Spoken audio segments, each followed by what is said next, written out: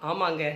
அதாவது நம்ம முதலமைச்சர் தளபதி விஜய் வந்து நிறைய அதிரடி திட்டங்கள அடுத்தடுத்து கொண்டு வராரு. பார்க்குறதுக்கே ரொம்ப பிரமிப்பா இருக்கு. அதாவது நம்ம முதல்வன் படத்துல வர்ற அர்ஜுன் மாதிரி, நம்ம வந்து உண்மையிலே நான் வந்து இப்படி இந்த மாரி ஆட்சி பார்த்ததே இல்லங்க. எனக்கு எவ்வளோ ஏஜ் ஆகுது, வயசாகுது. ஆனா இருந்தாலும் இந்த மாதிரியான அதிரடி மாற்றங்கள நான் பார்த்ததே இல்லங்க. இது அப்படியே சினிமால பார்த்த மாதிரி இருக்குங்க. அப்படியே நம்ம சினிமால எப்படி விஜய் வந்து சொல்வாரு, "நான் அந்த சென்னையவே மாத்தி காமிக்கிறேன். நல்ல சென்னையா இருக்கும்னு" நெறைய திரைப்படங்கள்ல அவர் வந்து ஹீரோவா நடிக்கும்போது வில்லன்கள பூரா அடிச்சு தூள் கிளப்புவாரு. அந்த மாதிரி உண்மைக்கே சொல்றேங்க. அவர் வந்த நாள்ல இருந்து உடனே எடுத்து பேனாடு ஒவ்வொரு திட்டமா குடுக்குறாரு பாருங்களேன்.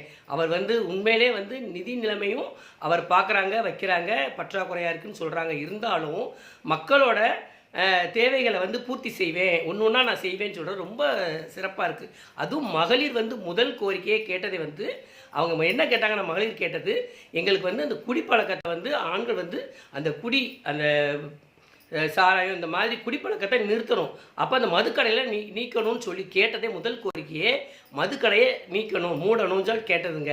அதுபோல் அவர் 717 கடைகளை அவர் வந்து அகற்றிட்டாங்க.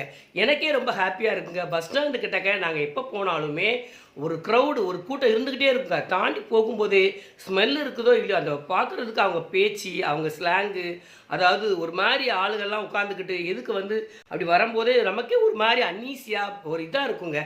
உண்மையிலே சொல்லப்போனால் விஜய் தம்பிக்கு வந்து உண்மையிலே சூப்பர் தாங்க. அவர் ஆட்சியில் வந்தது கலக்கிட்டா இருப்போங்க. உண்மையிலே அடுத்தடுத்து ஒவ்வொரு நடவடிக்கையாக அவர் மாற்றுறது, அவரோட பார்வை பார்த்தீங்கன்னா அமைதியாக இருந்து, இப்போ நம்ம ஒரு இந்த செஸ்ஸில் விளாடுறவங்க வந்து அப்படி ஒவ்வொரு காயினாக நவட்டுவாங்க பாருங்களேன், அந்த மாதிரி செக் வைக்கிற மாதிரி அவரோட பார்வை, ஒரு தெளிவு, அவர் உண்மையிலே சாதுரியமாக, அவர் மாதிரி யாருமே வர முடியாதுங்க. அந்த மாதிரி அவர் ஆட்சியில் வந்து கரெக்டாக ஒவ்வொரு ஸ்டெப்பாக போய்கிட்டு இருக்காருங்க. ரொம்ப நல்லா இருக்குங்க. ஏன்னு கேட்டிங்கன்னா, இப்போ இந்த குடிப்பழக்கத்தால் சின்ன வயசு பிள்ளைய கூட நிறைய பேர் குடிக்க ஆரம்பிச்சிட்டாங்க. எங்கே பார்த்தாலும் குடிக்கிறாங்க, அங்கே கேள்விப்படுறோம். அப்போ இவங்க வந்து 21 வயசு ஆகணும், அப்போ அந்த மாதிரி வயசுக்கு வந்து ஆதார் கார்டு அட்டையை காமிக்கணும், இத்தனை வயசு நிரம்பினா தான் கொடுக்கணும், அதுக்குள்ளே உள்ளவங்களுக்கு கொடுக்கக்கூடாது அப்படிங்கிற சட்டம்லாம் ரொம்பவே வரவேற்கத்தக்கதுங்க. ஏன்னா அதுபோல் எல்லாருமே படிப்படியாக இந்த குடிப்பழக்கத்தை வர்றது ரொம்ப நல்ல விஷயம். இப்போ வந்து பக்கத்தில் ஒரு 717 கடையை பூட்டியிருக்காங்க, மூடியிருக்காங்க. அதை கோயில், ஸ்கூலு, இந்த மாதிரி பஸ் ஸ்டாண்டு பக்கத்தில் மக்கள் நடமாடுற இடத்துல நிறுத்தியிருக்காங்க. அதே போல் எல்லா இடத்துலையுமே மதுக்கடைகள் குறைஞ்சி, மக்களும் அதை பற்றி தெரிஞ்சு இது வந்து தேவையில்லாதது, இது வந்து உடலுக்கு கெடுதின்னு சொல்லி திருந்தினாங்கன்னா ரொம்பவே நல்ல விஷயம். இவ்வளோண்டு வச்சுட்டு கையில் வச்சுக்கிட்டு அவங்க வாட்டு வெளியே உட்காந்துருப்பாங்க. நாங்கள் நிறைய இடத்துல பார்த்துருக்கேன்.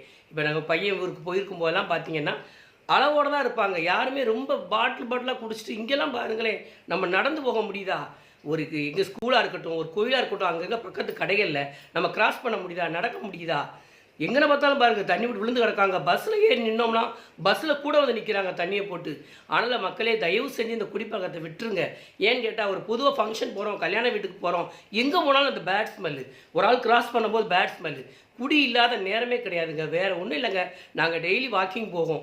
அந்த ஏரியாவில் காலைல மணி 6 மணிக்குங்க, 6 மணிக்கு கடையை திறந்து வச்சுட்டு உட்காந்துட்டு பாட்டில் வாங்கிட்டு போகிறாங்க பார்த்துக்கோங்க. அது பார்க்குறதுக்குலாம் எவ்வளோ கொடுமையாக இருக்குது. காலையில் அதிகாலையிலே எல்லாம் காஃபி டீ குடிக்கிறாங்க, அந்த மாதிரி குடிக்கிறாங்க, ஒரு ஜூஸ் குடிக்கிறாங்க, ஒரு இயற்கையானது குடிக்கிறாங்கன்னா அது வேற. இந்த மதுவை காலையிலே எந்திரிச்சு வெறும் வயிற்றில் உள்ளே ஊற்றுனா அது குடல் எண்ணத்துக்காகும். அப்போ அந்த மக்கள் இன்னும் புரிதல் இல்லை.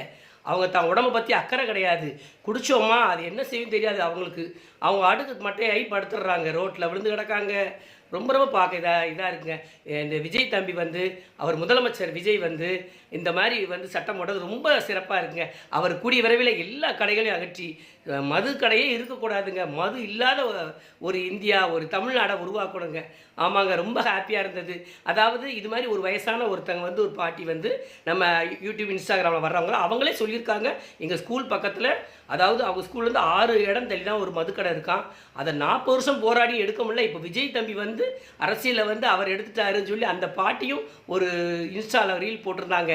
அதுமாதிரி நிறைய இன்னொருத்தர் வந்து கடையில் எந்நேரம் கத்துவார், வந்து குடிக்காதீங்க குடிக்கிற காசுக்கு அரிசி பருப்பு வாங்குங்கன்னு சொல்லி கத்துவாங்க. அவங்களையும் பாருங்கள், அவரே வந்து பெருமையாக பேசியிருக்காரு. ஏன்னா இவ்வளோ ஆட்சியில் நடக்காத விஷயம் விஜய் தம்பி நம்ம முதலமைச்சர் விஜய் ஆட்சியில் நடந்திருக்குன்னா ரொம்ப ஹாப்பியாக இருக்குங்க.